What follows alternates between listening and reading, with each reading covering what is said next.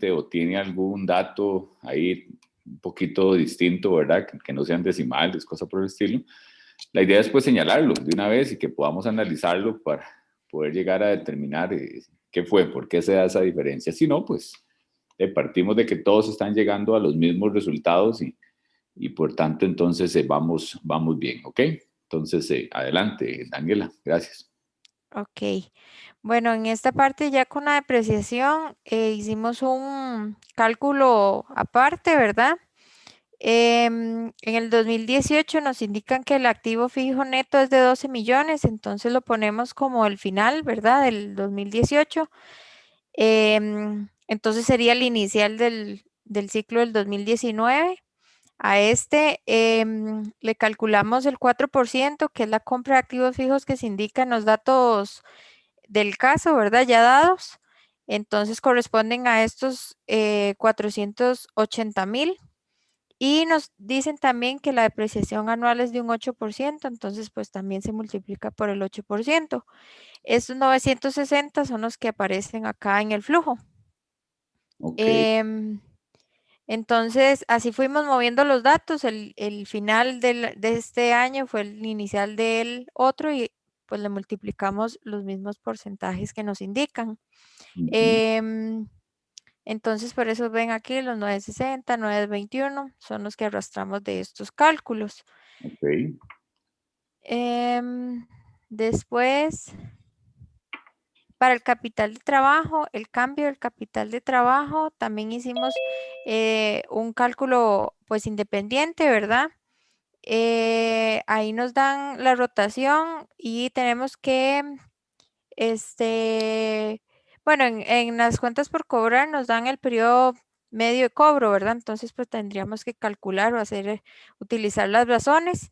Entonces, pues aquí multiplicamos, en este caso, más bien dividimos el 360 por el periodo que nos dan, ¿verdad? Los 360 dividido entre 14,4 que nos da, eso nos da 25, la rotación de inventarios pues ya la dan y el mismo cálculo lo hacemos para la rotación de cuentas por pagar.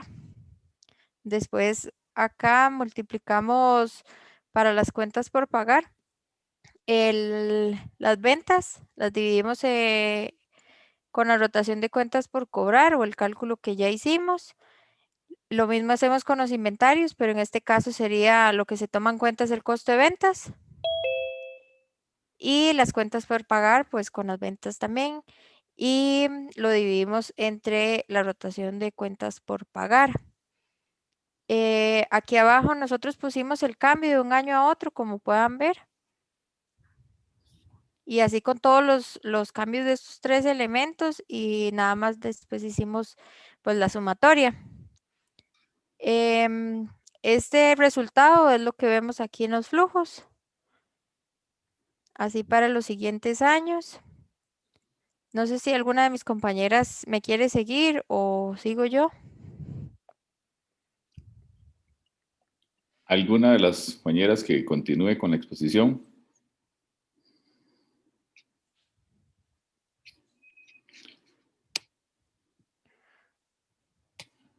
Profe, es que yo creo que están teniendo problemas con la conexión y como Vamos a que ver, Génesis está, Laura Melisa, Soraya, y te dejaron sola, Daniela. sí, yo creo que están con problemas. Aquí en el grupo me están diciendo que tienen problemas y como que las saca y vuelve a ingresar al Zoom. Ok, dale, pues, seguimos entonces. Ok, entonces no sé si aquí algún compañero tiene alguna duda con el cambio del capital de trabajo. Yo tengo una duda, es que nuestros montos sí son diferentes. Ujú. El primero me da como 703,000, pero el otro me da 28,000 y el tercero me da 16,317. Ese sí está como Está más como cerca. parecido. Ujú. Pero los primeros dos no. Ok, el cambio porque ahí Daniela lo tiene detallado, el cambio en cuentas por cobrar es 36,400. ¿Cuál de esos datos está teniendo diferencia? Es que lo que nosotros hicimos fue sacar el capital de trabajo, ¿verdad? Cuentas por cobrar más inventarios, menos cuentas por pagar, y lo que hicimos fue restar los 900,000 del 2018, menos lo que me daba este 2019 para obtener el cambio. Pero no sé si estará incorrecto. Sí, es que vamos a ver, es decir, no tenían todos los datos, tenían que estimarlos. Ujú. Tenían que estimarlos porque realmente ¿cómo se llama? No tenían la información para el año siguiente. Por eso de ahí que se les daba las rotaciones y el periodo y todo ese tipo de cosas. Sí, es que digamos, nosotros para ventas del 2019 lo que hicimos fue agarrar, para cuentas por cobrar del 2019 lo que hicimos fue agarrar las ventas entre 360 y multiplicarlo por el periodo de cobro que nos daban ahí proyectado, por el 14,4, Ajá, ¿verdad? Después con eso, con inventarios, agarramos el costo de la mercadería vendida y la dividimos entre la rotación de inventarios. correcto. Y las cuentas por pagar, lo que hicimos fue que agarramos como las compras promedio del 2019, que las sacamos antes, y las dividimos entre la rotación de las cuentas por pagar. Ujú, Y entonces lo que hicimos fue sumar cuentas por cobrar más inventario menos cuentas por pagar.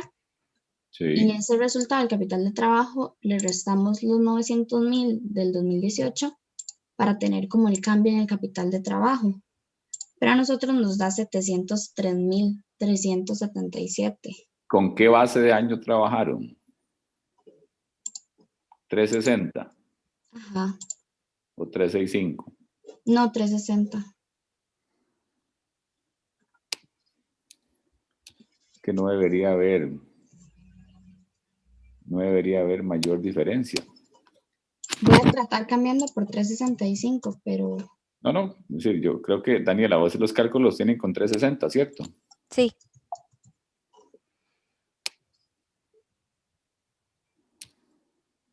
Sí, por Es eso. que me pareció escuchar que la compañera dijo que las cuentas por cobrar las sacaron multiplicando las ventas por 14, el dato que da el caso, a las 14,4. ventas entre los 360 días, ese resultado por el Ok. 14,4. Está bien, Sí, está bien. Es que la entendí diferente. eso está bien. El inventario, tomaron el costo de la mercadería vendida y lo dividieron entre la rotación.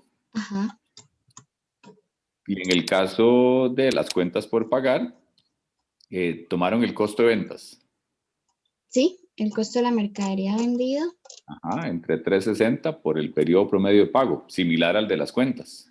Sí, bueno, lo que hicimos fue tomar las compras promedio por el ¿Cuáles periodo. compras promedio?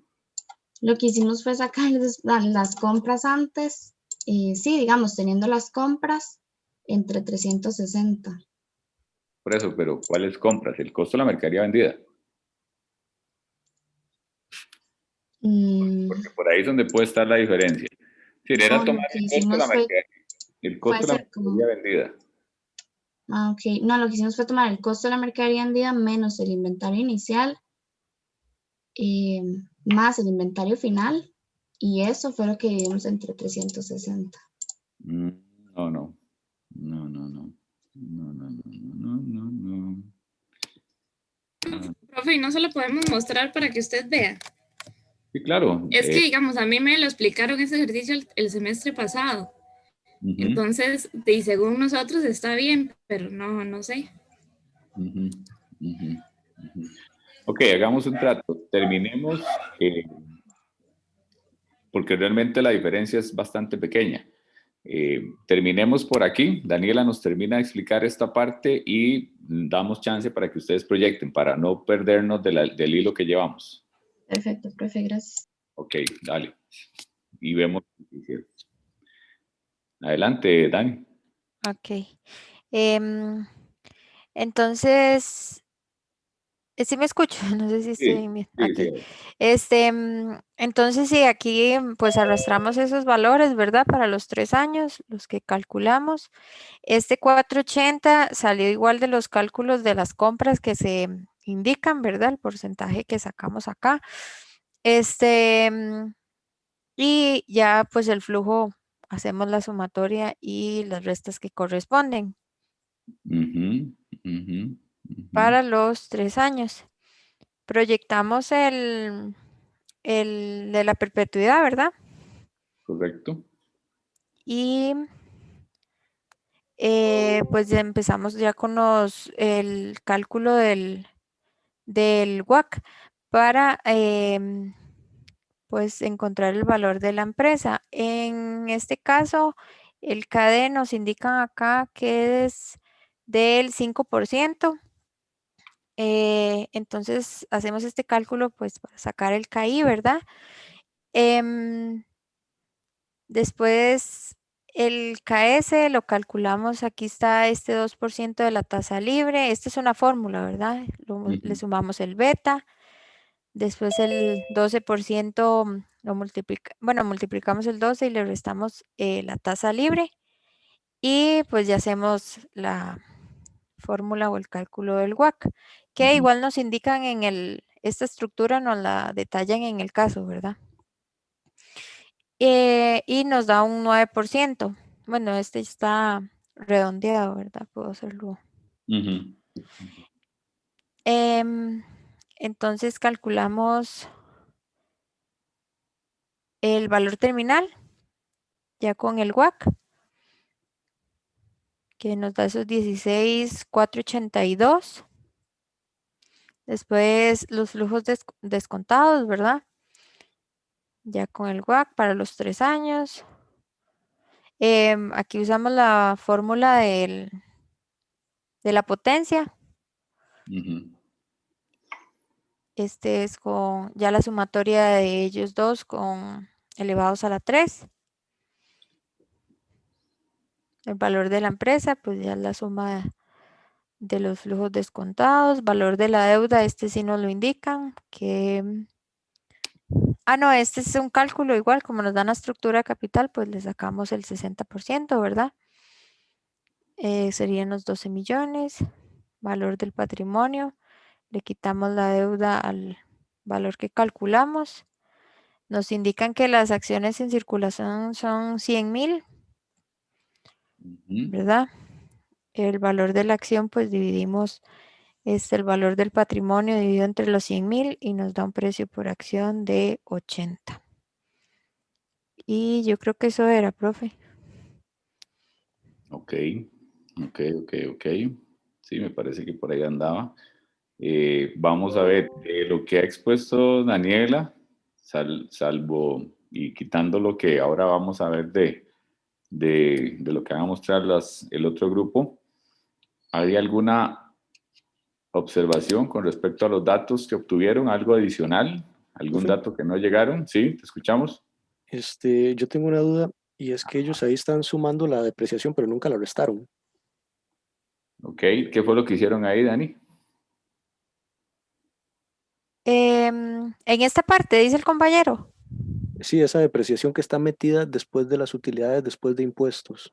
Ajá, esta se suma ya por fórmula, ¿verdad, profe? Se le devuelve. ¿Y por qué no la restaron antes del Y? Es que esa viene integrada en los gastos operativos, me parece que el mismo caso lo indica. Ok, No sé, no me fijé. ok, vamos a ver, eso es, como te digo, vamos a ver qué dicen los demás, si alguien más lo hizo diferente.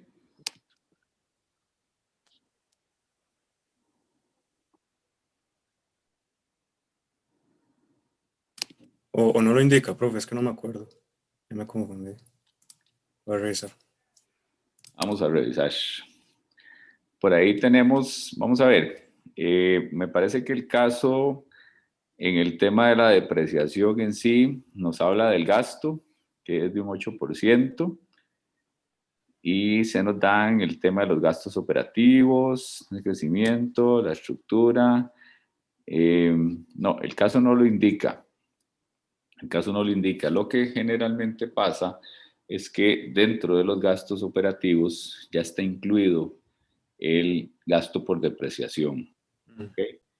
Porque dentro de los gastos operativos está pues incluso la parte ya de lo que es la gestión del negocio, la parte incluso de administración, de ventas, todo, de gastos generales, ¿verdad? Toda esa parte ya contiene lo que la empresa necesita para el desarrollo de sus operaciones, por eso es operativo. No digo que algún caso pues pueda ser todavía más explícito y señalarlo o incluso decir, no, todavía no está considerada, pero lo que comúnmente pasa en esto es que ya la depreciación está incluida dentro de esos gastos operativos. ¿No lo consideraron ustedes? ¿Lo restaron? ¿Quién? Sí, nosotros lo restamos. Ok.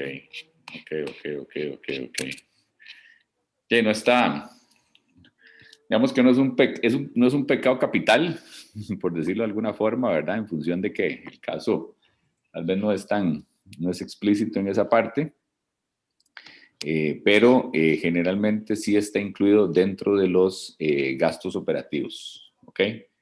Entonces, ahí vamos a hacer la consideración en la revisión, pero generalmente está así, o a veces sí el caso es muy explícito, ¿verdad? Y entonces, obviamente ahí ya, pues se cambia, ¿verdad? No se consideraría si ya el enunciado, pues así lo señala. ¿De acuerdo? Ok, perfecto. Listo. Vamos entonces, bueno, ¿alguna otra consideración?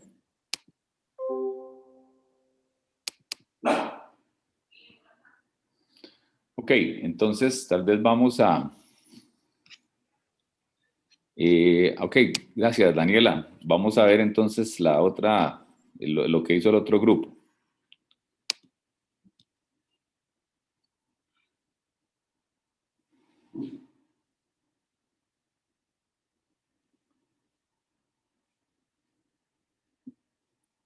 Ok, creo que ya estamos viendo, me parece. Vamos a ver, te escuchamos. Profe, bueno, nosotros, una compañera el semestre pasado que llevó el curso, había visto un ejercicio muy similar, ¿verdad? Entonces nos ayudó como para guiarnos y explicarnos muy bien, porque este sí es como medio diferente, ¿verdad? A los que hemos venido haciendo. Entonces como para ayudarnos también y basarnos, ¿verdad? En esos ejercicios pasados. Esto de la inversión de la compra de activos, que es lo de propiedad, planta y equipo, sí nos da igual a la compañera. Es en el del gasto de la depreciación también, hicimos lo mismo. Tal vez invertimos un toquecito el orden, o ella puso primero como ya todo, todas las cuentas, nosotros los fuimos viendo como por separado, esa es como la única diferencia. Pero en este cambio de capital de trabajo sí nos da diferente.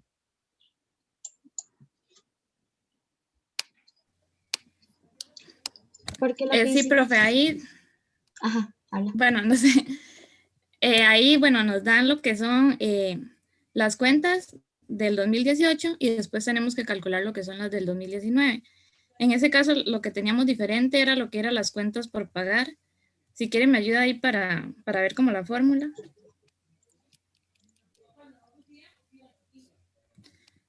En ese caso, tomamos lo que es las compras promedio, que es que hay que hacer como esa otra parte después, o antes, ¿verdad? Es que están un poquito vinculadas como las fórmulas, ¿verdad? Entonces, primero hicimos esta parte y después la de las compras promedio. Pero en ese caso utilizamos para lo que fue las cuentas por pagar, lo que son las compras promedio por el periodo medio de pago. Y entonces nos da ese dato que es el que tenemos diferente con el otro grupo. Ok, vamos Ahí a les ver. vamos a explicar lo que son.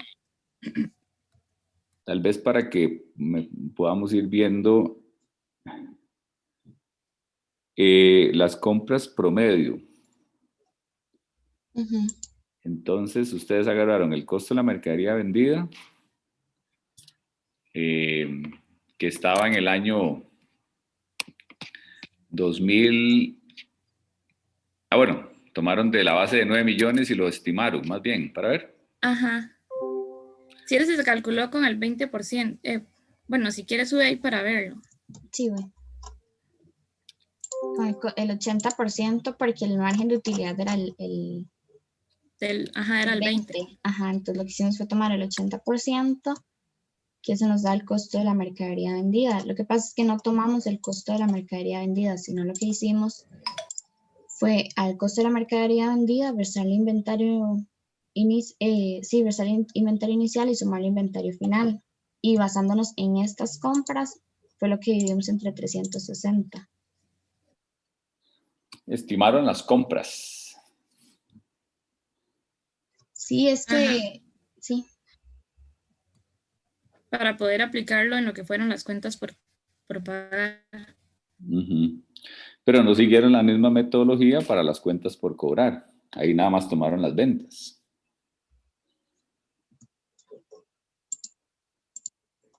Sí.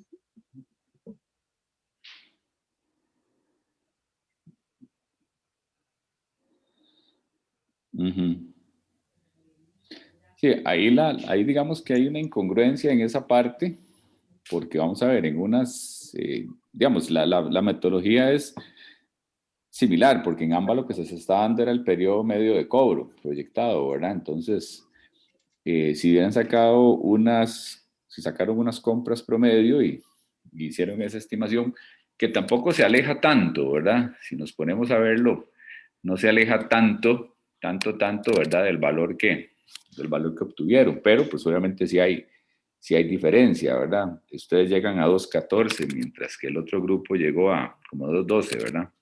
Ya dependiendo, pues, los valores que uno esté analizando, pues ahí podría verse más o menos diferencia.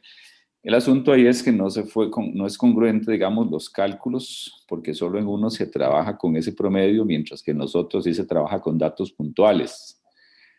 Entonces ahí es donde podría estar un poquito, por decirlo de alguna forma, distorsionada los cálculos, ¿verdad? Profe, y entonces para esto de las cuentas por pagar, usted dice que entonces lo ideal sería tomar el costo de la mercadería vendida y multiplicarlo por el periodo medio de Hacerle pago. el mismo tratamiento que le hicieron a las cuentas por cobrar, que es prácticamente, ¿qué fue lo que le hicieron a las cuentas por cobrar? Pues básicamente tomar las ventas, dividirlo entre 360 y multiplicarla por el periodo promedio de cobro. En las cuentas por pagar, si tenían la misma información, lo que se recomienda en estos casos para tener una metodología uniforme es hacer lo mismo, ¿verdad? Que fue incluso algo similar a lo que hicieron con el inventario. Es decir, tomaron datos, en los dos anteriores tomaron datos puntuales, a los datos que se obtuvieron ahí de las proyecciones, y en el otro hicieron una estimación con más información. Entonces ahí es donde, digamos que puede haber un poquito obviamente hay una diferencia en la metodología que utilizaron, que no es, como te digo, un desplome, porque la verdad no es un desplome, pero sí no es congruente en esa parte. Hubiese sido más congruente haber hecho los cálculos seguidos para todos, ¿verdad? Respetando los valores puntuales que estimaron a cada periodo, ¿verdad? Ok, profe, y no sé, es que no alcancé a ver si este era el resultado del valor de la acción. Me parece que no. No, yo lo revisé porque es que soy de ese mismo grupo, del que está proyectando, y no, a nosotros, al Sí, otro grupo no le dio eso. No. Entonces quería saber también cómo se sacaría entonces, porque lo hicimos basándonos como el patrimonio entre las acciones, el valor de la acción. Vamos a ver, vámonos a los flujos primero, porque la diferencia era poquita, entonces no debería haber mayor diferencia. Vamos a ver, el primer flujo, el flujo de caja libre, ¿cuánto les está dando a ustedes? El primero, 1.454.000. No, al grupo anterior, me corregís, Daniela, pero les dio como 480, ¿cierto? Sí, yo me acuerdo que eran más bajitos. Sí, 482. Me parece que ahí el asunto está en función del profe. capital de trabajo. Que el capital de trabajo me parece que lo están sumando o lo están restando. Restando. Para ver, es que 960. Ajá. O sea, lo que hicimos fue multiplicar la U ahí por 1 menos T. Ok, vamos a ver. A la tasa después de impuestos le devolvieron la depreciación. Sí. ¿Ok? Y le quitan tanto la inversión en compra como el aumento en el capital de trabajo. Ajá. Pero creo que es porque, creo que Hay es algo un ahí signo. que son en los signos. Ujú, sí, Ahora, ya vi, esto ya venía negativo. exacto, entonces más bien les dio vuelta y se lo sumó. Ok, sí, Entonces ya ahí cambia. ya va a cambiar un poquito, me parece Sí, fue que que no vimos, o sea, sí usamos como bien como sí, se calcula, pero fue que no vimos que ese menos estaba ahí. exacto, exacto. Ahí ese menos fue el que Ujú, al tenerlo menos otra vez se los volvió a sumar. ujú. Sí, sí, el precio de la acción ya anda por ahí más o menos. Ah, ok, está bien. Ahora sí. Ok. Profe, Dame un segundito porque Alejandro creo que tiene la mano levantada. Ya te doy la palabra. Alejandro, te escuchamos.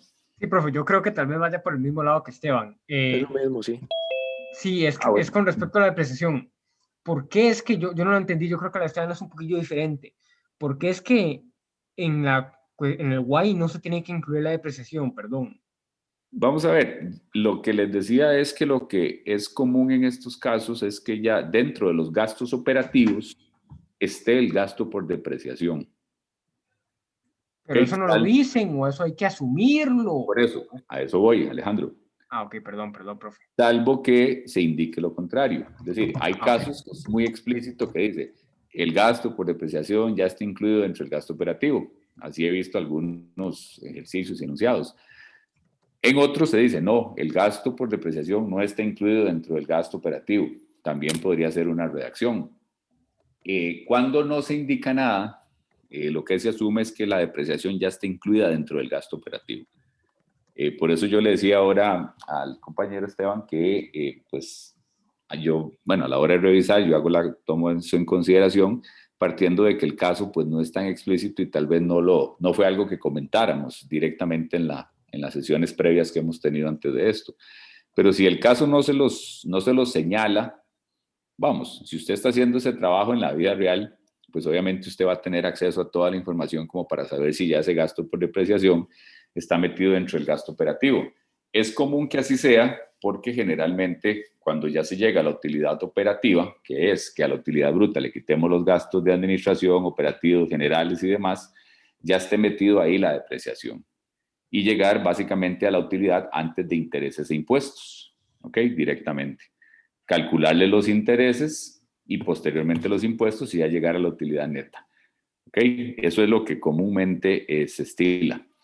Pero bueno, si ya estamos haciendo el trabajo con toda la información, pues si en el gasto operativo usted ve que todavía, que todavía está por separado la depreciación, pues obviamente sí se la restaríamos, calculamos impuestos y después se la volvemos a sumar.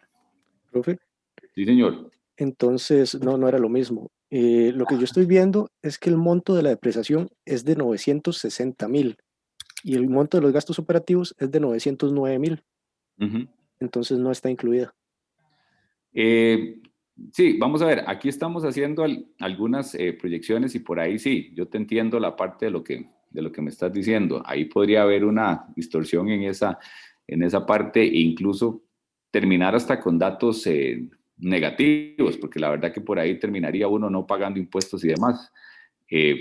Y por eso te digo que el caso perfectamente está sujeto a que se le pueda hacer una mejora en la redacción en ese sentido de que o se indique o no se indique o se corrija ese dato. Yo sí me acuerdo de esa observación y tal vez me ha faltado corregirlo por ahí. Por eso es que si lo consideraron, yo lo estaría analizando y pues viéndolo como algo, como bien aplicado, por decirlo de alguna forma, ¿verdad? Principalmente por esas diferencias en los valores que me parece que hacen pensar que la misma depreciación no está incluida. Créame, como les digo, que dentro de los gastos operativos es prácticamente en el 99% de los casos está incluida la depreciación. En la práctica, ¿verdad? Ok, perfecto, entonces. Ese caso en su momento, el original tenía un gasto por depreciación de un 7%. Me recuerdo muy bien cuando lo armamos. y ya después de los años cambiando y le puse un 8, con un 7 da como un 840, y entonces ahí sí generaba menos confusión, tal vez es la palabra, menos confusión que que vos estás señalando, precisamente en función de que el dato es mayor, ¿verdad? Ok, muy bien. ¿Alguna otra observación? ¿Duda? Profe, entonces en caso de que tal vez yo pienso en el examen, Sí, claro. a uno le den, es que en nuestro grupo nosotros lo hicimos así, como nos dieron la cuenta de gastos operativos sola, digamos, entera, por decirlo así, partimos del hecho que la apreciación estaba integrada, pero digamos, ese detalle que hicieron ver los compañeros de que la depreciación, digamos, terminando más que los mismos gastos operativos, en un examen uno lo puede confundir, ¿verdad? Y terminar metiéndolo, por ejemplo. Claro, claro. Por eso Entonces uno, ajá, no, en este caso, digamos, para efectos de una evaluación, uno trataría de tener mucho cuidado con las redacciones, ¿verdad? Y obviamente con los valores, de manera que no vaya a generarse esa confusión. Yo sí les puedo decir que salvo que se indique lo contrario, dentro de los gastos operativos está incluida la depreciación, ok. como para tener ahí un parámetro general para todos, ¿ok? Mm.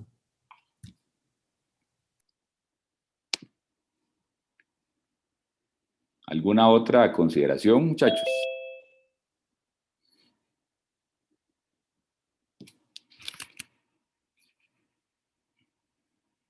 Ok, muy bien.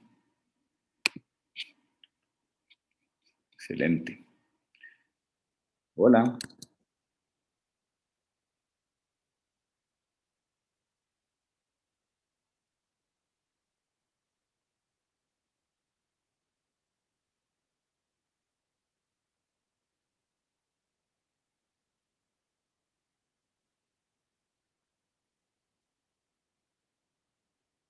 Ujú.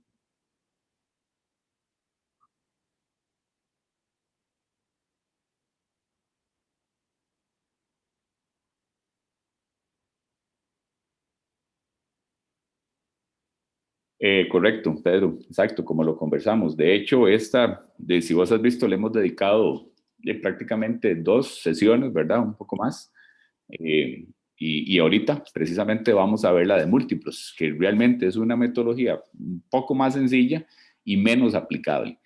Menos, no le digo que del todo no se aplica, pues bien, es una metodología aceptada, pero es más común utilizar la del descuento de flujos. Con todo gusto. Ok, vamos precisamente, vamos a dar acceso aquí. Pasan saliendo y entrando. Vamos precisamente a conversar sobre el tema de lo que señalaba Pedro, sobre la metodología de múltiplos, que es una metodología alternativa, que como bien decíamos es una metodología poco usada, que aplica un poco más en empresas en las cuales haya información pública, ¿ok? Empresas que tengan información pública en el sentido de que su información sea de acceso, que esté ahí publicada en sus páginas o incluso de fácil asociación con otras empresas de naturaleza similar. Porque realmente se requiere de tener datos de otras empresas para poder hacer determinar los múltiplos y con base en ellos poder llegar a estimar un valor que puede andar generalmente, como siempre lo hemos hablado, ¿verdad? En esta temática, de un valor alrededor del cual se puede hacer una negociación, ¿ok? Entonces, permítame para compartirles un Excel para ir viendo esta metodología y poder ir comentándola. Permítame un segundo.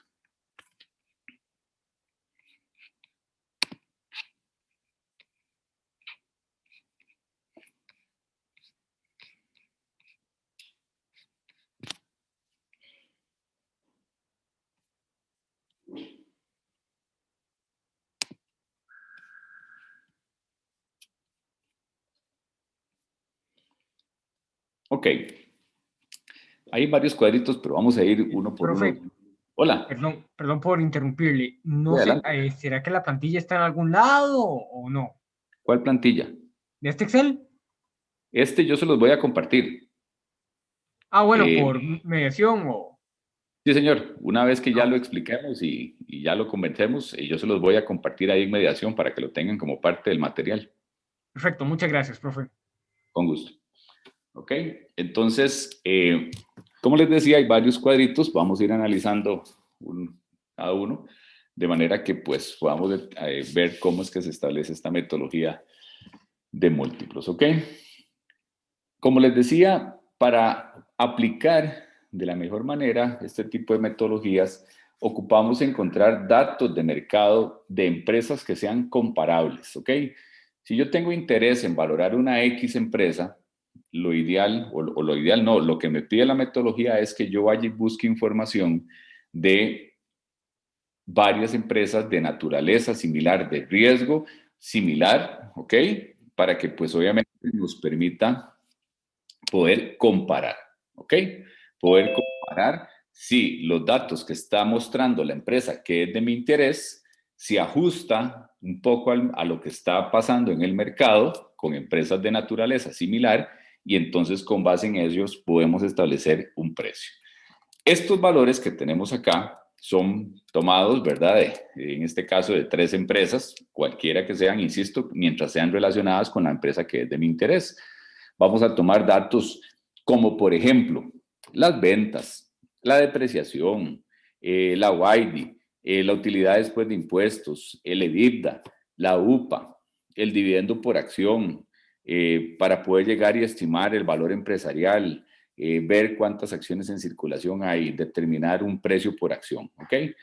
¿Puede tomarse otros datos? Sí, pueden tomarse otros datos y llegar a calcular otros múltiplos. Lo que es importante, insisto, es que los datos que se vayan a utilizar sean de empresas que son comparables, ¿ok?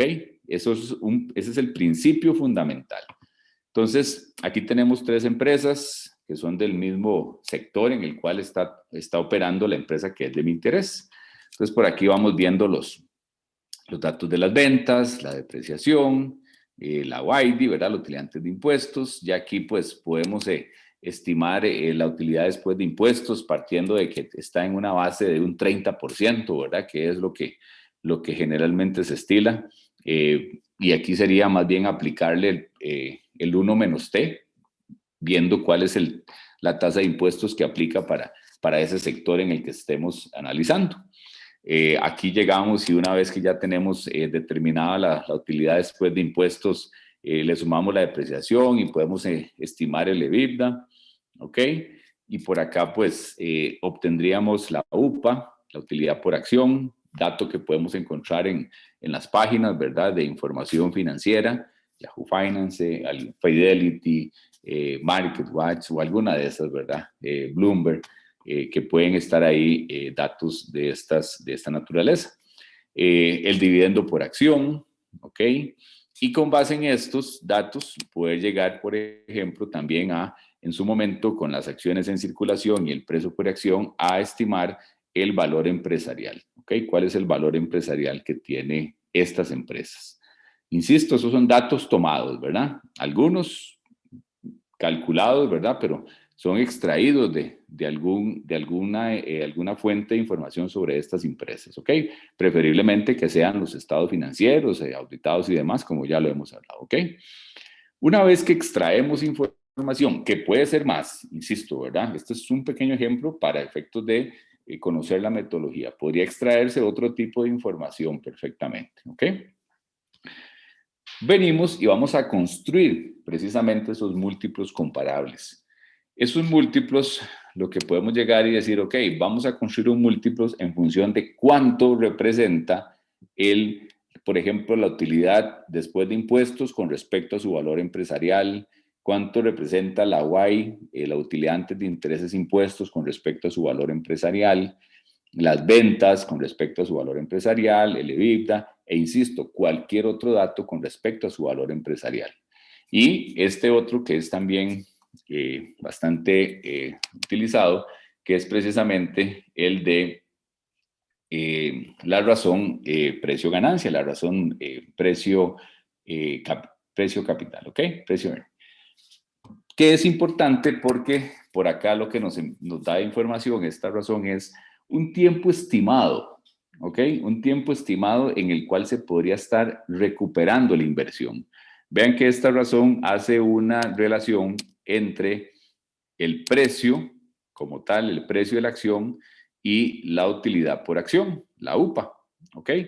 Entonces, este 8.3, por ejemplo, que tenemos ahí, si estuviéramos hablando de datos que fueran anuales, nos estaría diciendo que aproximadamente como en 8 años podría estarse recuperando la inversión que se hizo de la compra de esas acciones. Entonces, por eso es que es un dato que generalmente se utiliza para efectos de esta metodología de múltiplos, ¿ok? Entonces, vean que lo que hacemos son relacionar precisamente los valores que teníamos arriba, ¿ok? Con respecto al valor empresarial, que la utilidad después de impuestos, que el EBITDA, que la Y, etcétera, ¿ok? Y construimos esos múltiplos, ¿ok? Construimos esos múltiplos para la empresa A, para la empresa B y para la empresa C, ¿ok? Ahí simplemente hacemos esas relaciones matemáticas de divisiones y multiplicaciones y ya podemos tener esos múltiplos como tal, ¿ok? Y Profe, después nos vamos. Hola. sí, Hola. profe, perdón. Sí, profe, perdón. ¿Qué significa la UODI? Hola, hola. ¿Me escucha, profe? La utilidad después de impuestos. La UODI. La utilidad operativa. Después de impuestos. Ah, ok. Sí. ¿Y el RPG, aparte de ser un tipo de azúcar?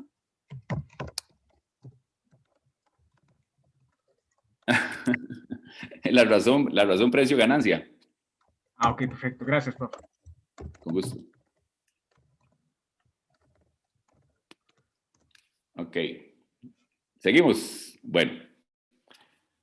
Ok, entonces, una vez que tenemos establecidos los múltiplos, que son estas relaciones que acabamos de hacer para cada una de las empresas que son del sector de la empresa que nos interesa, nos vamos a ir precisamente a estimar lo que nos interesa de nuestra empresa. Perdón. Aquí tenemos los datos de nuestra empresa, la empresa que queremos, de nuestra empresa no, de la empresa que es de nuestro interés, los datos de la empresa que se quiere valorar. Entonces, volvemos a tomar información, ¿cuál? Los mismos datos para que puedan ser comparables de las que acabamos de tomar de acá. ¿Ok? Entonces, vean que por acá tenemos igual que las ventas, que la depreciación, que la Y, que la ODI, que la EBITDA, que la UPA, que el dividendo por acción, que las acciones en circulación. ¿Ok? Una pregunta. ¿Cuándo la UPA y el dividendo por acción podría ser el mismo valor? ¿O podría ser el mismo valor en algún momento? La UPA y el dividendo por acción podría llegar a ser el mismo valor. Profe, ¿no sería cuando la política de dividendos dice que se reparte el 100% de las utilidades netas? Es correcto. Es correcto. Exacto. Si la empresa tuviera una política de repartición de dividendos del 100%, el dividendo por acción y la UPA sería exactamente el mismo valor, porque todo lo que se gana en utilidades, que es con lo que se calcula la UPA, al dividirlo, las utilidades entre las acciones en circulación, se estaría repartiendo en dividendos. ¿Ok? Entonces ahí, como bien lo decía el compañero, es cuando esos dos valores serían exactamente el mismo. Dividendo por acción y UPA, utilidad por acción, serían el mismo valor si la empresa tuviera una política de repartición de dividendos del 100% o una razón de dividendos del 100%. O también podríamos referirnos a decir, tiene una razón de retención de ¿cuánto? Del 0%. Razón de retención, ¿ok? No retiene nada, todo lo reparte en dividendos. El hecho de tener una razón de retención del 0% es que no se deja nada de las utilidades, todo lo reparten dividendos. ¿Ok? Bien. Entonces, una vez que tenemos esta información, que vea que la extraemos igual como extrajimos para las otras 3 empresas, ¿ok? Aquí lo tenemos igual. Vamos y calculamos por acá la comparación, como dice el cuadrito, comparación directa por cada empresa. ¿Y qué es lo que hacemos? Ya tenemos acá los múltiplos que habíamos estimado, estos que habíamos estimado acá para cada una de estas empresas, y entonces, en lugar de ir a establecer ese múltiplo, lo que hacemos es relacionarlo a la inversa con los elementos que nos dieron resultado de estos múltiplos para estimar ¿qué? El valor empresarial. ¿Ok? Ya aquí lo que queremos es encontrar el valor empresarial para la empresa que es de nuestro interés, comparada con cada una de las empresas que obtuvimos información. Entonces, a partir del múltiplo que calculamos, más bien aquí el valor empresarial se convierte en la incógnita. ¿Ok? El valor empresarial se convierte en la incógnita. Vean que cuando calculábamos el múltiplo, tomábamos el valor empresarial entre, por ejemplo, la utilidad después de impuestos o la utilidad antes de intereses e impuestos. ¿Ok? Pero tomábamos ese valor empresarial, el que habíamos estimado por acá. Ahora lo que queremos es estimar el valor empresarial de la empresa de nuestro interés. Y entonces ese se convierte en la incógnita y más bien asociamos ese múltiplo con la YD, la Y, el EBITDA, ¿ok? Y cualquier otro valor que estemos utilizando, las ventas, por ejemplo. Y también, precisamente con, en este caso,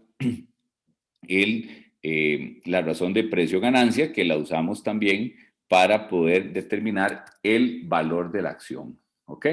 Entonces, esto lo hacemos con cada una de las empresas. ¿Ok? Vea que aquí está con la empresa A, la empresa B y la empresa C. Y una vez que tenemos esos valores, sacamos un promedio. Pero ojo que sacamos un promedio solo de los valores empresariales, porque los otros datos son precios como tal ya de la acción. Lo que nosotros queremos es establecer un precio de la acción.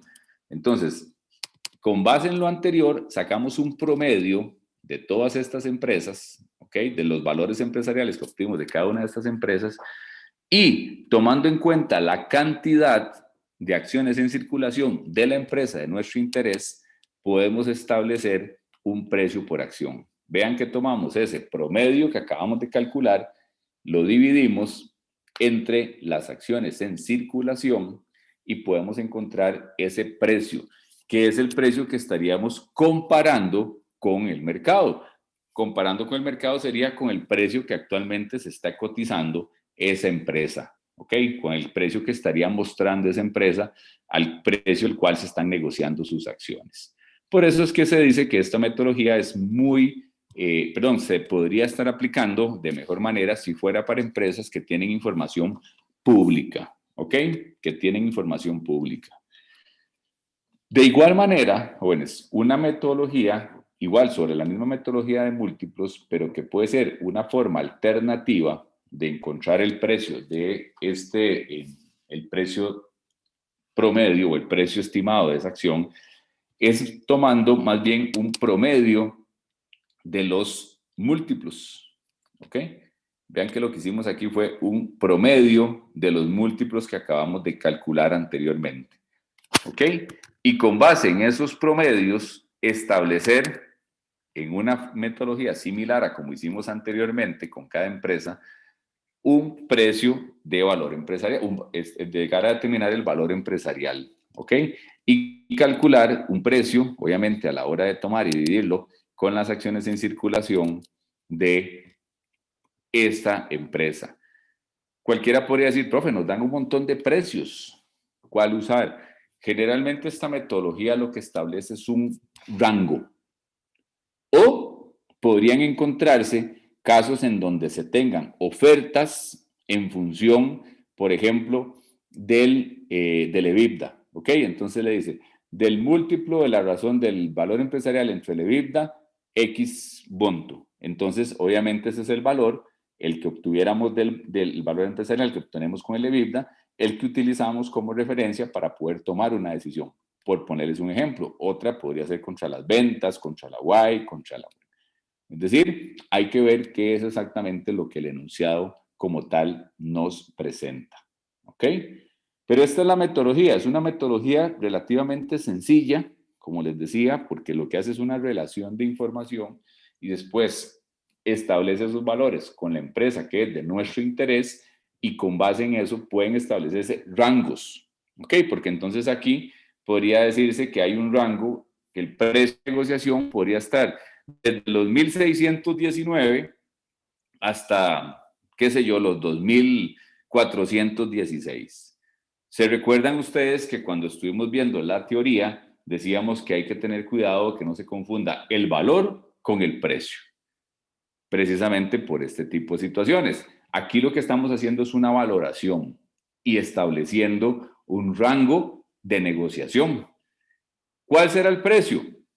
El que termine a partir de oferta y demanda o el que termine a partir de que se pongan de acuerdo las partes y decir, definitivamente, si ese es el rango, podríamos estar hablando, si está entre 1.619 y 2.416, pactémoslo en 2.000. Vamos a pactar las operaciones, las acciones en 2.000. ¿En función de qué? Bueno, ahí habría consideraciones ya como, por ejemplo, cuotas de mercado, algún tipo de especialización que tenga la empresa. Es decir, podrían estarse ya analizando muy probablemente elementos que no sean de orden cuantitativo, que se puedan incorporar, sí, se pueden incorporar dentro de un modelo a partir de proyecciones de ventas y demás, pero se tiene que hacer un análisis ya de esos elementos que son cuantitativos, ¿ok? Hay muchas veces, por ejemplo, el perfil del personal que estaría asumiendo la otra empresa o eventualmente la posición que tiene dentro de un sector o la cantidad de puntos de venta que tiene, que le permite al que está comprando tener una mejor posición de su producto y demás de acuerdo a los datos que haya estimado, ¿verdad? Entonces, son elementos que van más allá de una valoración financiera, pero que requerimos precisamente para poder desarrollarla un rango de negociación, que es lo que podemos obtener a partir de esta metodología. Igual, si nosotros estimamos este precio, por ejemplo, ese que está en el cuadro amarillo, 1.638.56, y nos vamos a ver y las acciones están cotizándose en el mercado a un valor muy, muy distante de ese, poder tomar decisiones. Qué sé yo, digamos que las acciones estén cotizando a 1.000. Bueno, ahí podría tomarse. ¿Ustedes comprarían si las acciones están cotizando a 1.000? ¿Qué dirían? Que ustedes puedan ir al mercado y decir, mira, esta empresa, cuando vemos los tickers de la acción, dice que puede 1.000 y la valoración a nosotros nos está dando 1.600. ¿Comprarían o no comprarían acciones? Sí. Yo diría que sí, profe. ¿Sí comprarías? Sí. ¿Es una trampa o no? No, de ahí sí comprarías, hay un potencial ahí, ¿verdad? En el desarrollo de esa empresa, ¿verdad? Diferente que estuviera ahí cotizándose muy alto, ¿verdad? También. Pero bueno. Profe, yo podría estar equivocado con mi valoración o no. ¿Por qué? No, yo pregunto, o sea, ¿podría haber algún error o...? Porque, digamos, esto es como ¿cómo decirlo? Como una predicción, me imagino. Claro, por supuesto. Es decir, vamos a ver, esto no es ninguna metodología de proyección es infalible. Primero, son datos proyectados. Y esos datos proyectados se basan sobre información, en algunos casos histórica, que obviamente si la empresa ya tiene data suficiente como para poder hacer proyecciones, digamos, de algunas corridas y ver tendencias de crecimiento y demás, o muchas veces incluso tomando datos con base en crecimientos que establecen organismos que se dedican a esto, qué sé yo, cuánto se estima que crezca la economía, cuánto se estima que pueda tener el crecimiento de X sector, pero como proyecciones que son, pueden tener sus sesgos, ¿verdad? También. Esta y cualquier proyección, ¿ok? Por eso es que cuando uno hace este tipo de trabajos, realmente tiene que ser muy objetivo, pero muy objetivo. ¿Okay? Hola. Se podría decir que esta proyección de precios que está por acá, digamos que es como se debería comportar dentro de, comillas, normalidad. Entonces ya uno más con una investigación más fundamental podría decir, ok, el precio está bajo por esta razón, o el precio va a tender a subir por esta razón, pero si digamos se cotiza a 1000, va a tender a normalizarse. Por eso es que uno puede comprar y ganarse ese margen. Igual cuando está muy alto va a tender a bajar, por eso hay que o vender o evitar comprar. ¿Será así o me equivoco? Sí, usar expresiones como que va a tender a normalizarse son un poco como fuertes, ¿ah? ¿Ok? Por usar algún término. Porque como te digo, digamos que no hay una certeza completa de que esto vaya a tener ese comportamiento. Utilizaríamos más conceptos o terminología como la de los contadores públicos, ¿verdad? Hay una razonabilidad de que la información o que los datos se puedan comportar de la siguiente forma, ¿ok? Con base en lo analizado y no generalizar de que definitivamente vamos a llegar hacia ahí. Ya una tendencia de análisis de que el precio vaya a estimarse por ahí, ya habría que ir mejor a hacer algún tipo de análisis técnico, ¿ok? Porque este es más que todo de orden fundamental. Ustedes, no sé si conocen, puede ser que sí, y si no lo conversamos así por encimita, existen principalmente dos tipos de análisis, un técnico y un fundamental. El técnico, el fundamental, que es tomar información contable, financiera, y hacer pues estimaciones y valoraciones de esta naturaleza y demás, nos permite, bien decías vos ahora, poder llegar incluso a decir, mira, es que pues por las ventas, que esta tiene mucha diferencia, o es por el costo de la mercadería vendida, que es muy alto con respecto a otros competidores, o los gastos operativos, por ejemplo, es que tiene realmente una carga operativa, administrativa muy fuerte, o puede ser hasta la misma carga financiera, el uso de la deuda. Pero ya para pensar en tendencias hacia normalización de precios y demás, lo que se recomendaría ahí es pues hacer un poco de análisis técnico, ¿verdad? Irse ya a ver algún otro tipo de indicadores de la acción, como podrían ser, qué sé yo, algún tipo de bandas, algún tipo de indicadores ya más de bolsa, que pues ya estén más directamente relacionados con el tema de la parte de lo que está pasando en el mercado, directamente, ¿verdad? A nivel del precio de la acción. Los estudios, estos técnicos y fundamentales, se dice que el estudio fundamental es el que determina qué se compra, y el estudio técnico te ayuda a determinar cuándo se compra y cuánto se podría comprar. ¿Ok? Entonces, por eso es que hay que complementarlos. En los cursos de mercados bursátiles, en los cursos de bolsa, generalmente vemos este tipo de análisis, ¿verdad? Como les decía, donde hacemos el fundamental y el técnico. El fundamental, ¿qué nos interesaría comprar? Estas empresas en este sector, ¿ok? ¿Cuándo? ¿Y a qué precio? Lo vemos con el técnico, ¿ok? Porque es más con datos de lo que está pasando día a día con respecto a esa acción. No sé si con eso respondo tu pregunta o tu comentario. Amplío tu comentario. No, sí, claro, profe. Es que también sí, eso de que tiende, el mercado es impredecible, entonces también no se debería decir, tienen razón. Sí, hay un tema de aleatoriedad, ¿recuerda? Cuando estábamos viendo las eficiencias del mercado y precisamente funciona en esa línea, ¿verdad? Pero se acerca, yo no te voy a decir que no haya un acercamiento, tampoco es que los datos son tan distantes, ¿verdad? Pero como para hacer ya afirmaciones de que pueda normalizarse y demás, ya habría que incorporar algunos otros aspectos. Me parecería incluso que algunos elementos incluso de orden estadístico, y demás, como para poder ya llegar a un poquito más cerca de esas conclusiones. Ok, profe, pero sí, digamos, sí podríamos decir que estamos tratando de proyectar esto para tener algo, un dato o un precio que se supone que debería ser el normal dentro de ese periodo de tiempo que estamos estudiando, ¿cierto? Sí, eso sí. Okay. Lo que determinamos es un precio de valoración. Como te digo, que la idea es compararlo con el mercado y poder determinar si vale o no vale la pena comprar esa acción, esa empresa, ¿verdad? Ajá, sí. Ok. Entiendo. Si usted me lo pregunta, ya, hablando a nivel ya de recomendación, de asesoría, me voy sobre la línea que Pedro comentaba incluso antes de que empezáramos a hablar de esta metodología. ¿Qué es más utilizada? ¿Qué es más recomendada? La metodología de descuento de flujos. ¿Ok?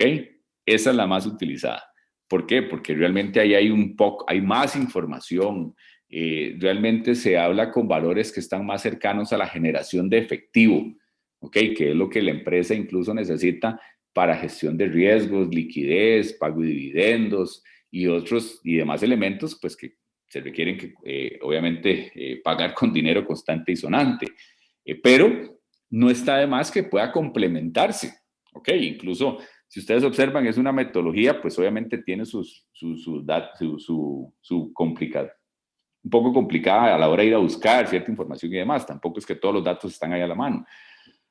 Pero bien se puede, no es física cuántica, decía un amigo, ¿verdad? Que no se pueda hacer con simplemente teniendo la información. Entonces, podría hacer un complemento. De hecho, pues algunos ejercicios que nosotros vamos a hacer van en esa línea. Establezcamos un descuento de flujos, pero también apliquémosle el tema de múltiplos, ¿verdad? Para complementar y tomar una decisión, obviamente.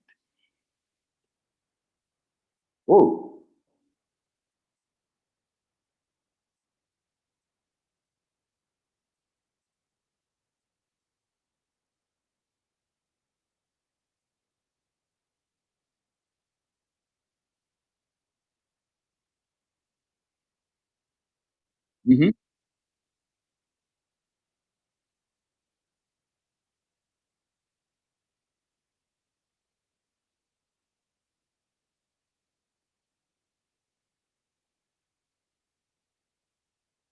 Mira, yo creo, vamos a ver, ya con base ya en la práctica, Pedro, lo que uno incorporaría ahí precisamente es los elementos de riesgo. Hay 3 elementos fundamentales de riesgo que me parece que los hemos señalado en el curso de manera por lo menos así indicativos. Apetito, tolerancia, apetito, capacidad y tolerancia. ¿Ok? Porque vos decís, ok, tiene una beta baja, podría durarse mucho en la recuperación, pero ¿qué pasa si el perfil del inversionista es un perfil conservador o moderado?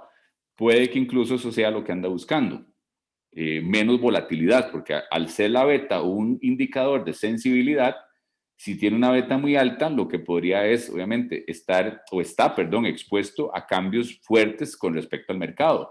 Bien pueden ser positivos o bien podrían ser negativos. Entonces, si fuera un perfil un poco conservador, una beta baja le beneficia. Si es un perfil más agresivo, a lo mejor pues una beta baja sí, se ubicaría bajo la línea que vos estás señalando, de que estaríamos durando mucho podríamos estar durando mucho, ¿verdad? Estar durando mucho en el proceso de recuperación. Y por eso te decía que hay que incorporar esos 3 elementos, porque, y te devuelvo, aunque dicen que no se debería contestar una pregunta con otra pregunta, pero si yo te ubico en el contexto de que vos sos el administrador de esa cartera, ¿ok? Porque sos el gerente financiero, y yo entonces te pregunto, vamos a ver, personalmente, usted podría tener mucho apetito, ¿cierto? Mucho apetito de riesgo, querer entrar en muchas operaciones de inversión y con más volatilidad para recuperar y poder hacer buenas ganancias y demás. Pero puede que la capacidad de la empresa no esté para asumir mucho riesgo, ¿ok? Y además puede que tenga una capacidad X, pero no quiere consumir toda esa capacidad y por eso establece una tolerancia. De ahí que por eso les digo que esos 3 elementos son fundamentales a la hora de tomar una decisión. Apetito, capacidad y tolerancia. Imaginémonos un escenario. Digamos que nosotros tenemos la necesidad, vamos a hacer una inversión, tenemos mucho apetito, conocemos mucha información, nos gusta la bolsa, quisiéramos comprar acciones, operaciones incluso como ADR, rates y todo ese montón de cosas que podrían generarnos mucha rentabilidad. Y trabajamos en una empresa que precisamente nos da esa cartera en administración. Pero la empresa ha establecido, de acuerdo a sus valoraciones de riesgo, que lo más que podría asumir en una posición de pérdida, porque ahí es donde está realmente el problema, perder, digamos que son $100,000 y que digamos que no le pasa nada, la empresa podría seguir operando normalmente. Pero esa sería, ¿qué? Su capacidad. ¿Ok? Puede perder hasta $100,000.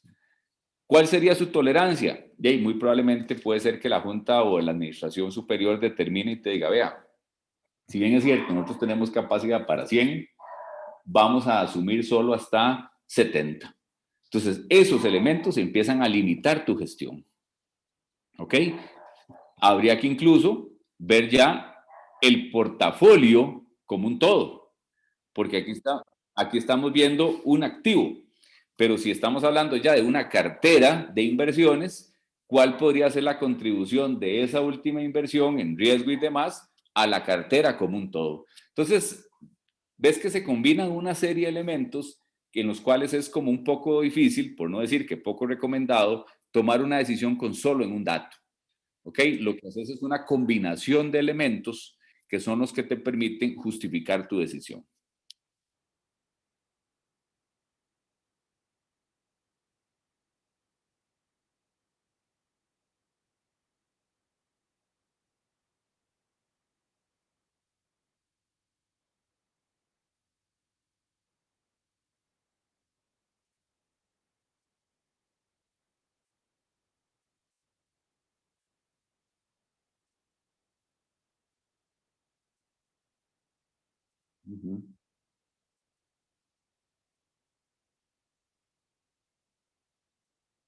No, con todo gusto. Y como les decía, en estas partes, y pues que es la moda, ¿verdad? Por decir, usar alguna palabra sencilla, el tema de hacer todo en gestión de riesgos, de acuerdo a gestión de riesgos. Hoy es como están administrando las empresas, ¿verdad? Y pues siempre lo han hecho, pero hoy por hoy todavía con un poco más de detalle, con un poco más de, digamos, siendo más minuciosos, porque realmente ¿cómo llegar a determinar, ahora que vos lo decías, qué tipo de perfil de inversionista sos? Eso generalmente, pues uno puede determinarlo, sí, pero generalmente conlleva un proceso que siguen los puestos de bolsa, las sociedades de fondos de inversión, donde te aplican imaginemos un tipo cuestionario, ¿ok? Y te van haciendo una serie de consultas que van incluso desde el nivel de conocimiento que usted tenga sobre X tipo de operaciones hasta la capacidad financiera que usted tenga para asumir ciertas pérdidas. Se combinan todos esos elementos, se le da un puntaje y puede llegar a determinarse un perfil de inversionista conservador, moderado o agresivo, como los tres perfiles más comunes que tenemos aquí en nuestro país. Hay otros lugares en donde incluso se conoce un perfil que se llama perfil profesional, que ese perfil profesional precisamente es de personas, pueden ser físicas o jurídicas, que lo que hacen es precisamente administrar carteras, de manera pues que el dinero no es de ellas, pero tienen una formación y un conocimiento tal, profesional, son gestores, son especialistas en riesgos, e incluso algunos son incluso pues matemáticos y otro tipo de cosas más, ¿verdad? Que les permite tomar sus decisiones en función de qué invertir. Porque cuando usted tiene poco conocimiento y requiere de mucha asesoría, usted realmente se ubica en un perfil muy, muy conservador. Entonces, como para responder tu pregunta de cómo puede llegar a determinar, habría que hacer todo como una aplicación de pruebas, ¿verdad? Y cuestionarios como para poder establecer tu perfil de inversionista. Ok. Bien. ¿Alguna otra consulta, algún otro comentario, consideración con respecto a este tema, lo que venimos conversando? ¿Todo clarito con la metodología?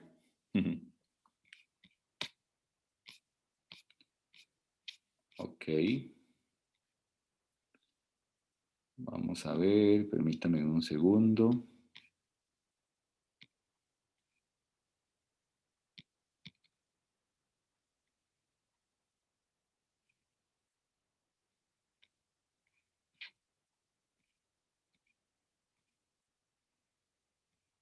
pasó aquí?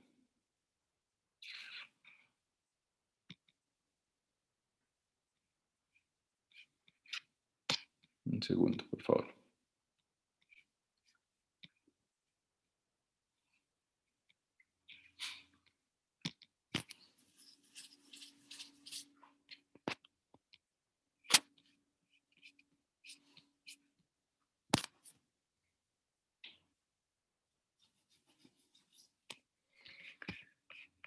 Ok.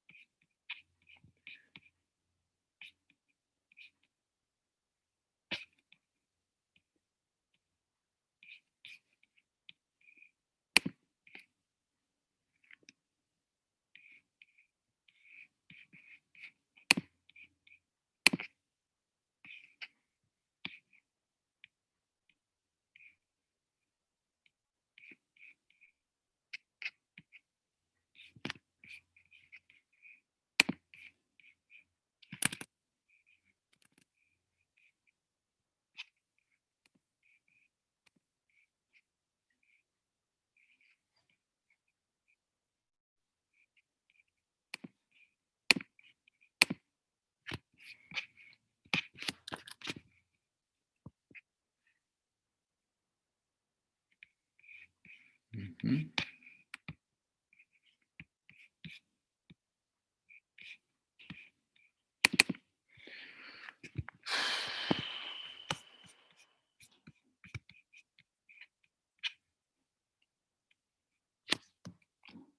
Estamos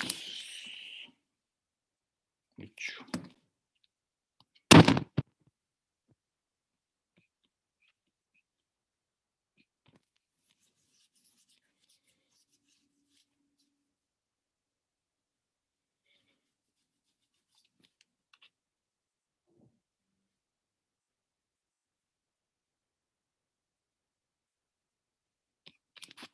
Ok. Muy bien.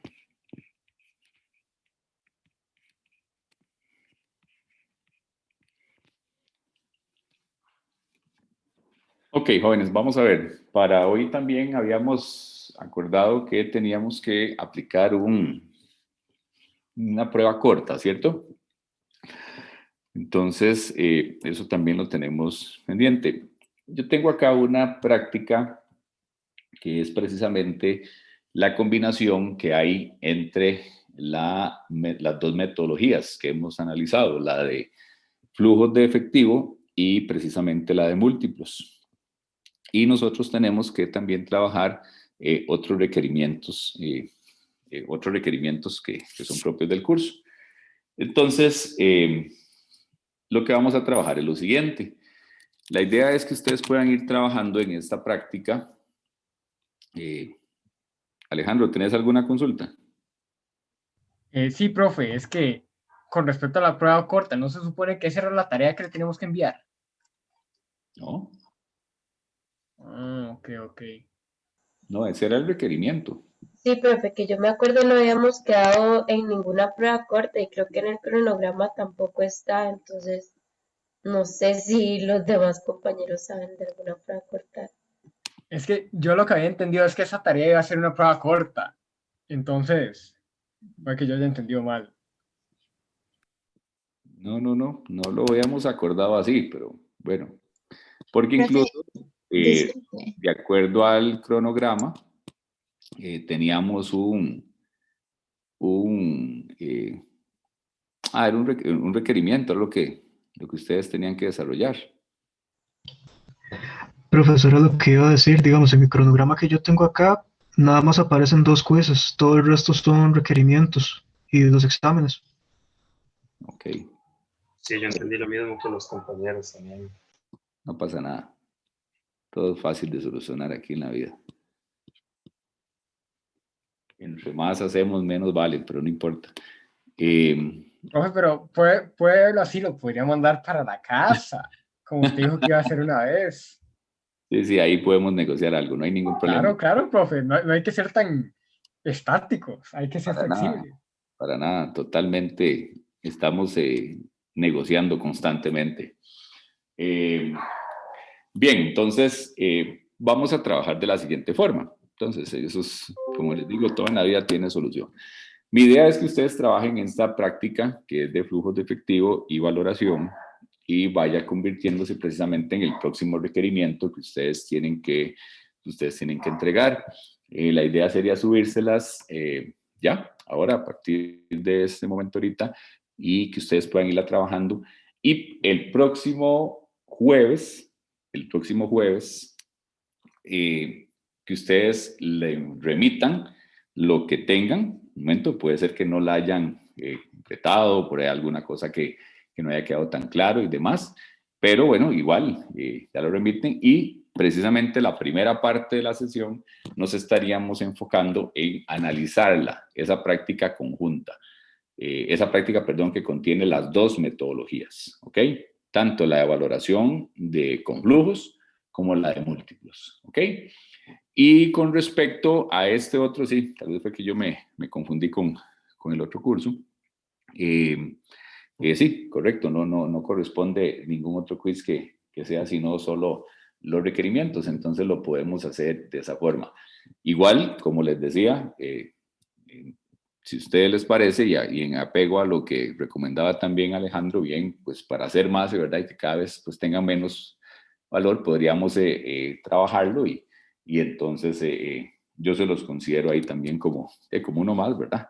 Igual se los pongo para que lo resuelvan en la casa, no pasa nada, eso, para que no haya ninguna afectación de ningún tipo. Me interesa más la práctica, me interesa más la aplicación de los conceptos y precisamente el poder incluso que ustedes vayan a poner en operación lo que hemos visto, más que pues que repitan la teoría y que a veces incluso no queda del todo claro, ¿ok? Entonces, lo manejaríamos de esa forma, ¿ok? Vamos a ver aquí, don Josué, perdón. Profe, que le iba a decir que si, o sea, podíamos hacer el quiz, digamos, uno más, pero como que se elimine la peor nota de alguno, en caso de que en este, por no venir preparados, nos... Sí, no hay ningún problema, no, tranquilo. En esa parte, igual sería para que lo hicieran en la casa y demás, pero ahorita me interesa más la parte práctica, me interesa más que vayamos al desarrollo de esa... porque es como un fogueo, ¿verdad?, de la teoría. Sí, no, completamente de acuerdo. Eso sirve como para dar tranquilidad, digamos, hacerlo y que se elimine el quiz más bajo. Está bien, estamos muy condescendientes en esa parte. Pero bueno, se me ocurrió a mí, no sé. Gracias por la observación. Entonces, la idea sería esa, yo les estaría subiendo ya la práctica para que empiecen a trabajarla. Es igual, construyamos flujos y vayamos aplicando esta metodología de múltiplos, ¿ok? Esa sería la práctica, pero con el objetivo de que lo entreguen al jueves, ¿verdad? Lo que tengan, ¿verdad? Para que podamos analizarla y ya cerrar este tema y entrar al último tema, que es de valor económico agregado, ¿ok? Profe. Hola. ¿Entregaríamos un Excel individual No, grupo. En grupo. Por un grupo, ok. Sí, okay. Por grupo, un trabajo en grupo. Ok, entonces este sería el requerimiento 4, profe. Es correcto. Ok, gracias. Sí, totalmente, eso es, así es. ¿Estamos, jóvenes? ¿Les parece? Sí, profe, perfecto. Ok, entonces yo se los voy a subir a mediación en este momento y ustedes lo trabajan y lo analizamos igual, en la misma línea. Ese es un poquito